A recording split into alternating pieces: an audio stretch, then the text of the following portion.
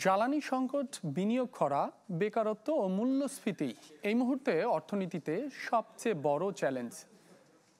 অর্থনীতির অন্তর্বর্তী পর্যালোচনা প্রকাশ অনুষ্ঠানে এ কথা জানায় গবেষণা সংস্থা সিপিডি।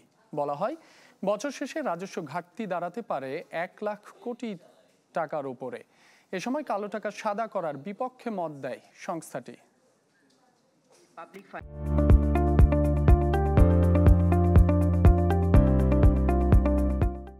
বা সরকারি অর্থায়ন, মূল্যস্ফীতি। নতুন বাজেটের আগে সামষ্টিক অর্থনীতির সূচকগুলোর অবস্থান জানাতে নিয়মিতভাবেই এই পর্যালোচনা প্রকাশ করে থাকে গবেষণা সংস্থা সিপিডি। গ্রামাঞ্চল এবং শহরাঞ্চলের মধ্যে একটা পার্থক্য রয়ে যায়। নতুন বাস্তবতায় সংস্কার কার্যক্রম, মূল্যস্ফীতি, ব্যাংক পুঁজিবাজার সহ সার্বিক বিষয়ে পর্যবেক্ষণ তুলে ধরে সংস্থাটি জানায়, রাজস্ব আহরণের চলমান গতিতে অর্জিত হবে না কাঙ্ক্ষিত লক্ষ্যমাত্রা। দুশ্চিন্তা রয়েছে রাজনৈতিক পরিস্থিতি নিয়েও। এখন যেই লক্ষ্যমাত্রাটা দেওয়া আছে চলতি অর্থবছরের রাজস্ব আহরণের, সেটা যদি আগামী কয়েক মাসে পূরণ করতে হয়, তাহলে কিন্তু এই বৃদ্ধিটা 64.6% করে বাড়তে হবে, যেটা কিনা একটা অবাস্তব বিষয়। আন্তর্জাতিক মুদ্রা তহবিলের যে শর্ত, এটার মধ্যে একটা অন্যতম শর্তই কিন্তু ছিল যে আমাদের প্রতি বছর 0.5% হারে বাড়াতে হবে। সেটার বাস্তবায়ন নিয়ে কিন্তু সন্দেহ রয়ে যাচ্ছে। বক্তারা বলেন, অন্তর্বর্তী সরকারের 9 মাসে অর্থনীতি মোটামুটি স্থিতিশীল হলেও বিনিয়োগ কর্মসংস্থানে আসেনি ইতিবাচক পরিবর্তন। এছাড়া এখনও প্রান্তিক মানুষকে ভোগাচ্ছে চড়া মূল্যস্ফীতি।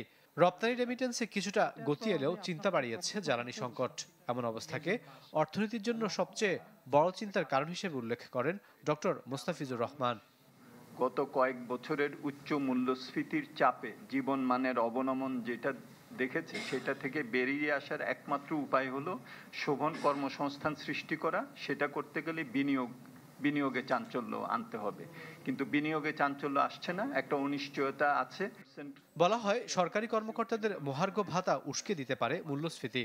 এ সময় সংস্কার কার্যক্রমে সমন্বয়হীনতার কথা উল্লেখ করে বাজেটে কালো টাকা সাদা করার বিপক্ষে মত দেয় সংস্থাটি।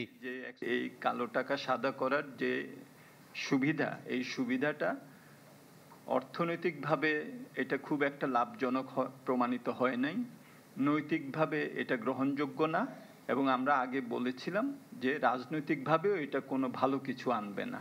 প্রাতিষ্ঠানিক দুর্বলতা, এইটার ফলেই কিন্তু বিভিন্ন ধরনের নিয়মের ব্যত্যয় ঘটছে, জবাবদিহিতাটার ব্যত্যয় ঘটছে। এটাই হচ্ছে মূল বিষয়। ব্যাপক সংস্কারের যে কম্প্রিহেন্সিভভাবে, ইন্টিগ্রেটেডভাবে সংস্কার না করলে, খণ্ডিতভাবে এখানে একটু করলাম ওখানে একটু করলাম, সেটা কিন্তু খুব একটা ফলাফল দেয় না।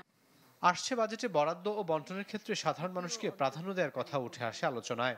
তথ্যগুলো দেখতে পাচ্ছি যে সেগুলো। রাকিব আল জাবেদ, চ্যানেল 24, ঢাকা।